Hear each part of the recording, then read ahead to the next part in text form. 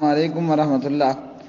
جی میرے پیارے بھائی یوسف، آپ نے ہمارے بھائی خادم بھائی کے حوالے سے بتایا کہ الحمدللہ وہ اہل حدیث ہیں اور مختلف لوگوں سے جو ہے وہ اختلافی مسائل کے تعلق سے بحث و مباحثہ کرتے ہیں۔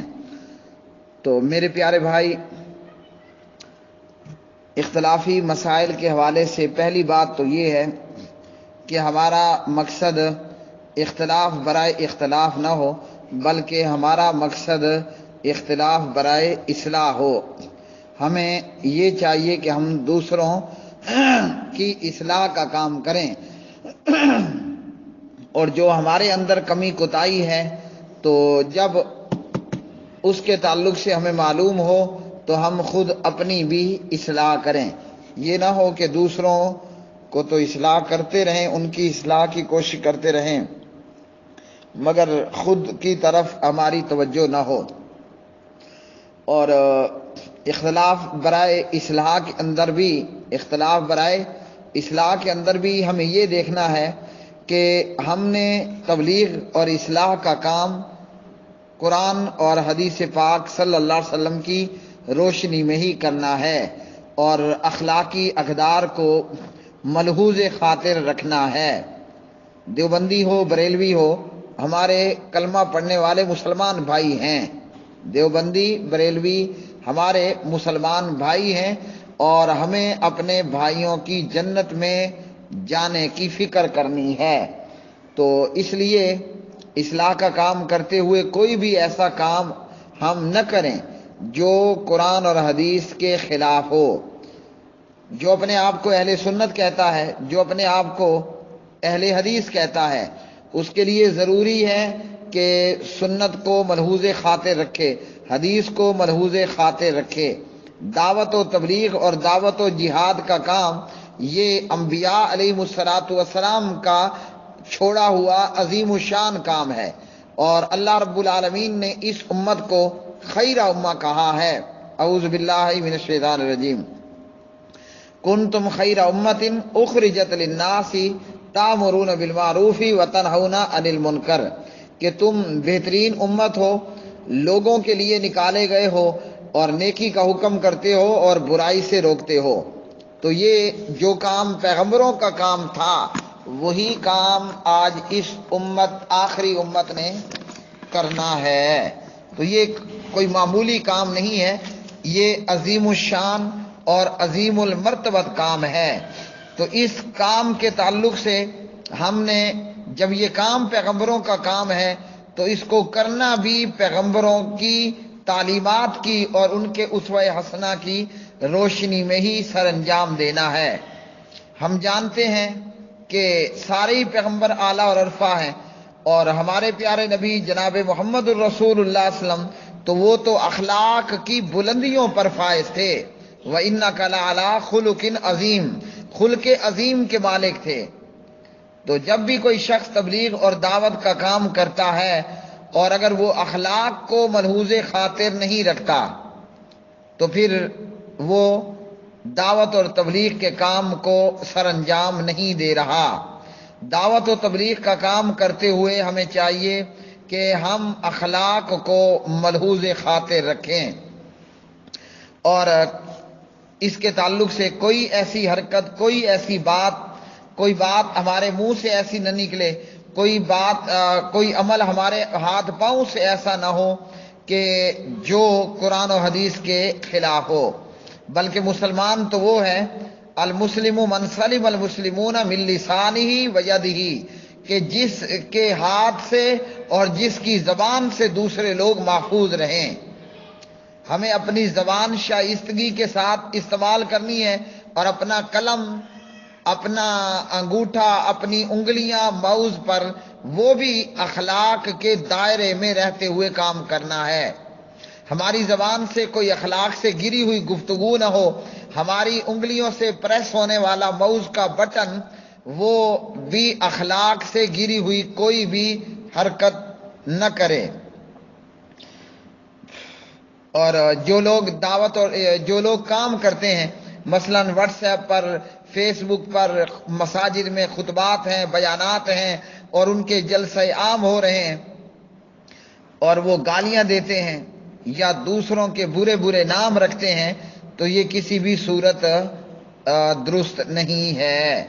ہمارے نبی علیہ الصلوۃ والسلام کو بہت کچھ کہا گیا، بہت کچھ پیارے نبی علیہ السلام کو کہا گیا، نعوذ باللہ من ذالک، جادوگر کہا گیا، اور اسی طرح جو ہے وہ پاگل کہا گیا، شاعر کہا گیا، نعوذ باللہ من ذالک، نعوذ باللہ من ذالک، ان کو جو ہے وہ مذمم کہا گیا، استغفر اللہ العظیم۔ مگر ہمارے نبی صلی اللہ علیہ وسلم نے اپنی زبان سے اور اپنے ہاتھ سے کسی کافر کے تعلق سے بھی کوئی بھی اخلاق کے دائرے سے جو ہے وہ گری ہوئی بات یا حرکت نہیں کی، اور اسلام نے ہمیں بالخصوص یہ منع کیا ہے، فرمایا وَلَا تَلْمِزُوا أَنفُسَكُمْ، آپس میں ایک دوسرے پر عیب نہ لگاؤ، کسی مسلمان کی عیب جوئی مت کرو، وَلَا تَنَابَزُوا بِالْأَلْقَابِ، اور تم ایک دوسرے کو برے القاب سے نہ پکارو۔ تو مسلمان کی عیب جوئی نہیں کرنی اور مسلمان کو برے القابات سے نہیں پکارنا۔ ہمارا بھلے اختلاف ہو، کلمہ پڑھنے والے ہمارے بھائی دیوبندی بھائیوں سے، ہمارے کلمہ پڑھنے والے بھائی بریلویوں سے ہمارا اختلاف ہو، اختلاف اپنی جگہ پر، لیکن اعلیٰ اخلاق کو ملحوظ خاطر رکھنا ضروری ہے۔ ہم دیکھتے ہیں بہت سے لوگ ہم میں سے وہ فیس بک پر یا واٹس ایپ پر یا اپنے سسٹم، اپنے کمپیوٹر، اپنے موبائل پر موجود وہ جو ہے مخالفین کی غلط پکچریں اور تصویریں بنا رہے ہوتے ہیں، اور بہت ساری جو ہے وہ اوچھی اور غلط حرکتیں بھی کر رہے ہوتے ہیں۔ مثلا ہم نے کئی دفعہ دیکھا کہ مولوی طارق جمیل صاحب اور اسی طرح جو ہے وہ دیگر علماء کے تعلق سے کئی لوگوں نے جو ہے وہ دیوبند کے عالم مولوی الیاس گھمن صاحب، اسی طرح الیاس قادری صاحب، اسی طرح علامہ طاہر القادری اور دیگر کی ایسی پکچر کو ایڈٹ کر رکھا ہوتا ہے کہ جو لوگ یہ حرکتیں کر رہے ہیں انہیں اپنے مسلمان کہلوانے پر شرم کرنا چاہیے، کہ مسلمان ہونے کا دعویٰ کر کے اپنے ہی کلمہ پڑھنے والے جو ہے وہ مسلمانوں کے ناموں کو غلط لینا یا گالیاں نکالنا یا ان کی تصویروں کو غلط طریقے پر ایڈٹ کرنا۔ بہت سے لوگوں کو دیکھا گیا کہ انہوں نے علامہ سید توصیف الرحمان صاحب حافظہ اللہ، علامہ ڈاکٹر طالب الرحمان صاحب حافظہ اللہ اور اسی طرح دیگر علماء کی پکچرز کو ایڈٹ کر کے کورل ڈرا پر، ان پیج پر، ایڈاب فوٹو شاپ پر مختلف حرکتیں کرتے ہوئے علماء کی تذلیل کا کام کرتے ہیں۔ ہمیں کوئی حق نہیں پہنچتا کہ ہم طارق جمیل صاحب کی ذات کے تعلق سے ان کا نام غلط لیں یا ان کے فوٹوؤں کو ایڈٹ کریں۔ ہمیں کوئی حق نہیں پہنچتا کہ ہم مولوی الیاس گھمن صاحب کی ذات کو، اس کے پرسنل کو ٹارگٹ کریں۔ یہ اسلام نے ہمیں قطعاً اجازت نہیں دی۔ اگر ہم چاہتے ہیں کہ ہم سوشل میڈیا پر تبلیغ کا کام کریں تو تبلیغ کا کام یہ صدقہ ہے، یہ صدقہ ہے۔ لوگوں کو امر بالمعروف کرنا، نہی عن المنکر کرنا، یہ صدقہ ہے۔ آپ لوگوں کو برائی سے روکتے ہیں اور آپ لوگوں کو نیکی کا حکم دیتے ہیں، تو یہ آپ روزانہ صدقہ کر رہے ہیں۔ اور کیا صدقے میں حرام کا مال اللہ قبول کرتا ہے؟ کوئی گندی عورت اپنے برے فعل کو سر انجام دیکھ کر وہ مال اللہ کی راہ میں دے، کوئی چور چوری کا مال اللہ کی راہ میں دے، کوئی ڈاکو ڈاکے کا مال اللہ کی راہ میں دے، کوئی سود خور اپنے سود کی کمائی کو اللہ کی راہ میں خرچ کرے، کیا اللہ تعالیٰ قبول کرے گا؟ ہرگز قبول نہیں کرے گا۔ تو جب ہم تبلیغ کا کام کر رہے ہیں اور اصلاح کا کام کر رہے ہیں، کیا ہمارا یہ عمل قبول ہوگا کہ ہم نے مولوی طارق جمیل صاحب کی فوٹو کو ایڈٹ کر دیا، مولوی الیاس گھمن صاحب کی ذاتیات کو ہم نے اچھالا، اور علماء کے تعلق سے علماء کی توہین کی، ان کے توہین آمیز ہم نے خاکے بنائے، کیا یہ تبلیغ ہو رہی ہے یا یہ اپنے مسلک کا فروغ ہو رہا ہے؟ کیا حدیث اور قرآن ہمیں اس بات کی اجازت دیتا ہے؟ یہ تو کلمہ پڑھنے والے مسلمان ہیں، علماء ہیں۔ اسلام نے تو اللہ کو چھوڑ کر اللہ کے ماں سوا جو پوجا کرنے والے ان کے جھوٹے معبودان باطلہ کو بھی گالیاں دینے سے منع کیا ہے۔ وَلَا تَسُبُّوا الَّذِينَ يَدْعُونَ مِن دُونِ اللَّهِ۔ اسلام نے غیر اللہ پوجا کرنے والوں کے جھوٹے خداؤں کو گالم گلوچ کرنے سے منع کر دیا۔ تو کجا یہ کہ ہم اپنے ہی کلمہ پڑھنے والے مسلمانوں کو گالیاں دیں، ان کے نام بگاڑیں، ان کی ذات میں ہم عیب جوئیاں کریں، اور ان کی ویڈیوز کو اور ان کی تصاویر کو ہم ایڈٹ کر کے کچھ کا کچھ بنائیں؟ تو کیا اسلام ہمیں اس کی اجازت دے گا؟ فَيَسُبُّ اللَّهَ عَدْوًا بِغَيْرِ عِلْمٍ۔ ہم اگر کسی کے جھوٹے خدا کو گالیاں نکالیں گے، وہ ہمارے سچے رب کو گالیاں دینے پہ اتر آئے گا۔ اور اپنے رب کو گالیاں کس نے پھر دلوائیں؟